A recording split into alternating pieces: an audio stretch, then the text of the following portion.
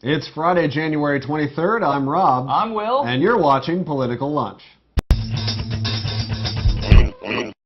Welcome back to Political Lunch, the national edition. It is Friday, our first week back after our long post-election hiatus, so we thought it was only fitting to return with the Friday 10 and 3. For the uninitiated, on Fridays, we attempt to cover 10 political news stories in 3 minutes or less. Sometimes we make it, sometimes we don't, but we always give it a college try. And if that's not exciting enough to follow, if you go to politicallunch.com and watch there, you will have interactive links right below at the bottom of the screen. So every story we mention, you can click through to the source. Now first, we're going to start off with number 10 at the White House, where President Obama had an oath do-over on Wednesday. Regardless of the fact that the oath is really nothing more than a camera-friendly formality, Chief Justice John Roberts stopped by 1600 Pennsylvania Avenue on Wednesday night for a second crack at swearing in the president.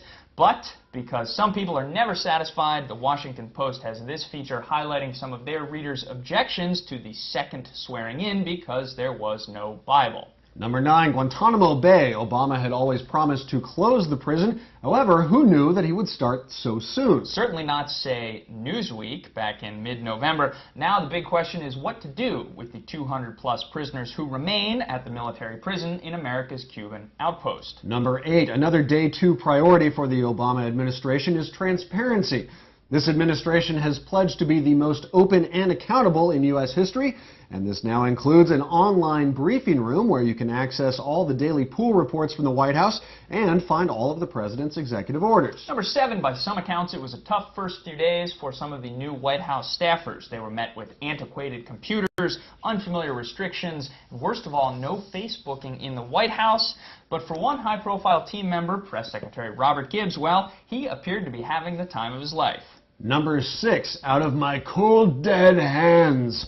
When Heston said it, he was talking about his gun. When Obama said it, he was talking about his BlackBerry. And apparently he meant it, because after much negotiation, the 44th president will be the first to carry a PDA. Apparently it's a souped-up, highly encrypted BlackBerry. That's already prompted some tech bloggers to say, "Me want." Number 5, Hillary Clinton, who now leaves behind a vacant Senate seat, introduced herself to the hordes gathered at Foggy Bottom yesterday. For those outside the Beltway, Foggy Bottom is, of course, the home of the U.S. Department of State. Number 4, so what of that Senate seat Clinton leaves behind? Well, Carolyn Kennedy has withdrawn her name out of the consideration for reasons that she said were personal, but it seems that there's talk of, well, taxes and a domestic employee. But that's already behind us, since this morning, New York Governor David Paterson announced that he has selected Kirsten Gillibrand to fill that seat, prompting many political observers to say, who?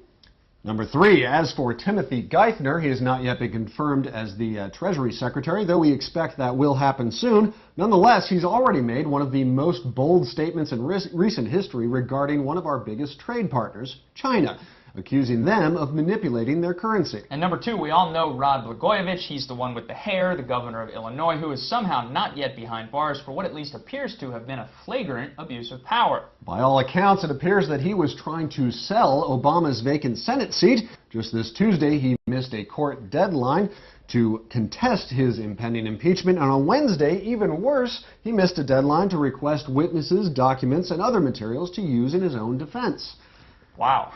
Number 1, finally, before we go, a quick thanks to the kind folks over at Draft Magazine. They are America's favorite beer magazine, and yes, this does have something to do with politics. They were kind enough to ask us to come up with a list of beers that the Obamas should consider having on hand in the White House. And of course, my wordsmith friend Will was kind enough to oblige. You can find it and read it at draftmag.com. Thanks very much for following along during our first week back. It's great to be here. Have a great weekend. We'll see you Monday.